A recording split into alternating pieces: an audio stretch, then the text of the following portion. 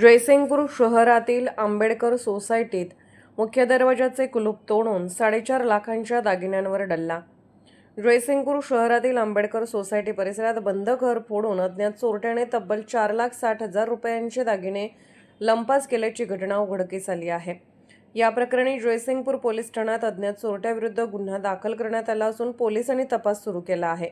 याबाबत पोलिसांनी दिलेल्या माहितीनुसार आंबेडकर सोसायटी प्लॉट क्रमांक 69 येथे राहणाऱ्या सारा सचिन असुर्लेकर वय 52 या 26 जुलै रोजी दुपारी घर बंद करून बाहेर गेल्या होत्या। दरम्यान 27 जुलै रोजी मध्यरात्रीपर्यंतच्या कालावधीत अज्ञात चोरट्याने मुख्य दरवाजाचे कुलूप व कडी उचकून घरात प्रवेश केला। त्यानंतर घरातील लोखंडी कपाट व त्यातील तिजोरी उघडून सोन्याचे दागिने चोरून नेले। चोरीस गेलेल्या ऐवजात सोन्याची चेन, नेकलेस, हातातील कंगन, 3 अंगठे आणि कानातील जोड अशा एकूण 4,60,000 रुपयांच्या दागिन्यांचा समावेश आहे। या प्रकरणी जयसिंगपूर पोलीस ठाण्यात अज्ञात चोरट्याविरुद्ध गुन्हा दाखल करण्यात आला आहे। महिला पोलीस उपनिरीक्षक उर्मिला खोत या पुढील तपास करीत आहेत। Bureau report SR News 24 Jaysingpur.